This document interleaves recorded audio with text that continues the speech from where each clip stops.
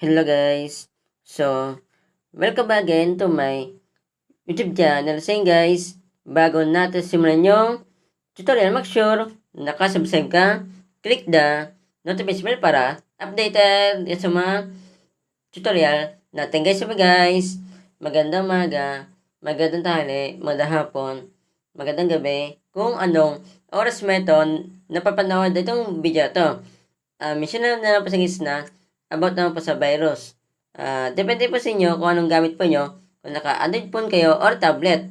Para lang ito guys sa mga naka-Android phone po at sa tablet po guys yung ituturo ko po sa gitna, virus po kung paano ba i-scan po yung application po nyo kung may virus pa siya or wala. Ang gagamitin po natin guys na pang-scan po Play Store po kaya no need application po yung gagamitin po natin guys Hindi na po natin guys na kailangan po ng antivirus po na application guys doon na po tayo guys mismong Play Store po mag-scan po bago ko pa sa guys na ituro po yan ito po yung halimbawa po ng mga application ko po guys yan, nakikita nyo naman po guys yan. Ayun po yung naka-install po sa akin depende po sa inyo kung ano ba yung naka-install po sa Android phone po nyo or tablet pasensya nga pala guys, sa mga wala pa pong Play Store po sa kanilang Android phone at sa tablet po guys hindi po nyo guys ito magagawa.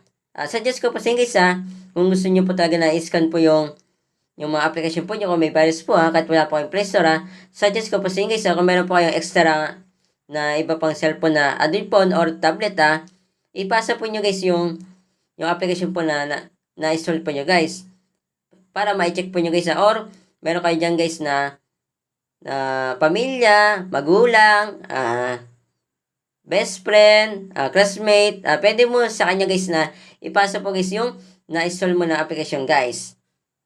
Para po ano lang po guys ma-scan po guys Ito guys kailangan po ito ng internet connection po Hindi po siya gagana kung wala po siyang internet guys kasi sa Play Store po ito bago ko po din sa inyo guys na ituro talaga guys papaliwanag ko muna sa inyo bakit po tayo nagkaroon po ng virus po sa isang application guys. Halimbawa, nag-install po tayo ng FB Lite sa Google Chrome.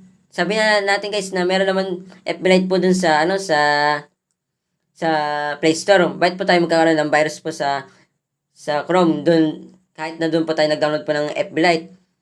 Syempre guys, yung kadalasan naman po kasi ginagawa po ng mga hacker po nagbibigay po sila ng mga link po na halimbawa updated po yung isang application na yun katulad ng FB Lite.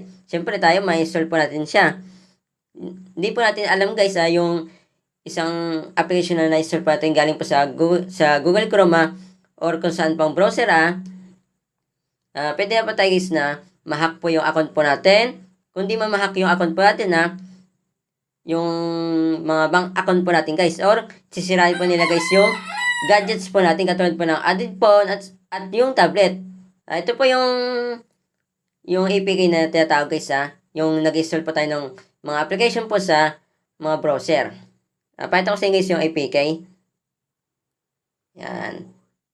Sa download po tayo guys pupunta. Katulad dito guys hindi ko po siya na-install po Yan kadalasan po guys na ni-install po natin guys na APK po na application po sa mga browser po yun po yung mga meron pong daya yung tinatawag po na mod. Kadalasan po sa mga ganun guys meron pong virus kundi po kayo guys na marunong po mag-download po talagang madadownload po nyo guys yung may virus. Katulad dito guys wala po siya sa Play Store. Sa Chrome ko po siya na download. Wala naman po siyang virus guys kasi marunong naman po guys na mag-download po. Yan. Patunayan ko po sa inyo guys na wala po siyang virus. Itong Gcam na yan. Ito siya guys yan. Ito po siya. Yan. Kahit na matagal po guys na magpaliwanag po sa inyo at least para matutunan po nyo guys para meron po yung kaalaman guys. Punta na tayo guys sa Play Store. Uulitin ko lang po guys yung mga wala pong Play Store makipasa lang po kayo guys sa mga kakilala nyo guys sa mga best friend, kapamilya, magulang, tita, tito, pinsan, classmate, yan, depende po sa inyo kung saan po nyo ipapasa po yung apps po para po ma-scan lang po guys punta na tayo dito sa Play Store. Dapat po dito guys sa Play Store meron po tayong account po guys Siyempre, paano po natin siya may scan po? Wala po tayong account dito guys Andito na po tayo sa Play Store. Punta na po tayo guys dito sa profile natin. Tinakpan ko guys yung account ko po guys para iwas po hack po guys Depende po sa inyo kung anong gamit po yun na account po sa Play Store po pwede tayo guys na pumunta po dito sa Manage Apps and Device. Yan. Dito guys, click po natin yung No Harmful Apps Found.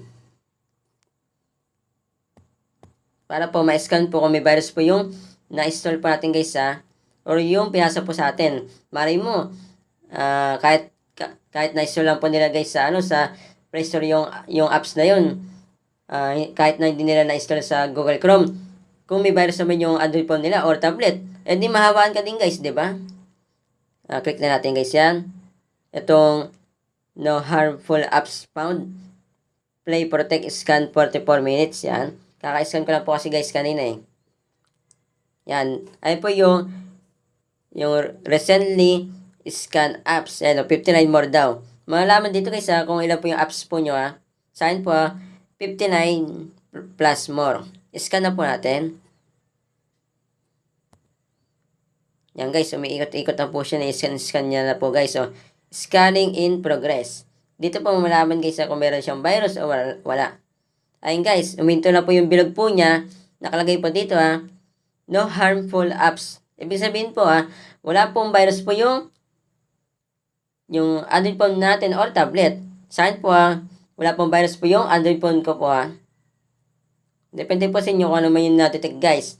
Kapag meron pong na-detect po dito guys dito yung guys sa baba kapag meron pong na-detect po burahin nyo na po agad. Uninstall nyo na po para po hindi na po kayo may virusan po guys kasi yung virus na yun ulitin ko lang po pwede pong ma-hack po yung account po nyo, ma-hack yung bank account po nyo, or sirain po yung Android phone or tablet.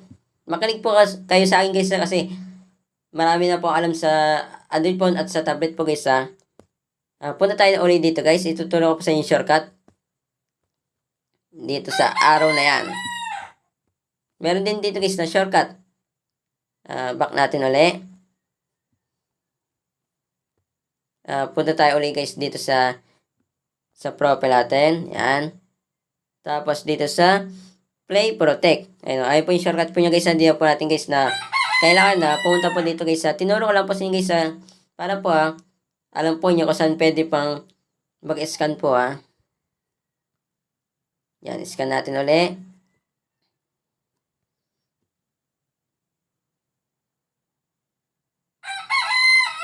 Pasensya nga pala guys kung ilang araw po na hindi nakapag-upload po kasi nga po busy po ako sa election po guys kasi nga po meron po tinutulungan guys may sweldo din naman po yung guys. Pero ngayon guys babawi po ako sa inyo mag-upload po araw-araw po kasi marami naman po sa inyo na ituturo. Ayun guys di ba na-detect po nila na wala po tayong virus. Yan kita-kita nyo naman po yun lang guys yung share ko po sa inyo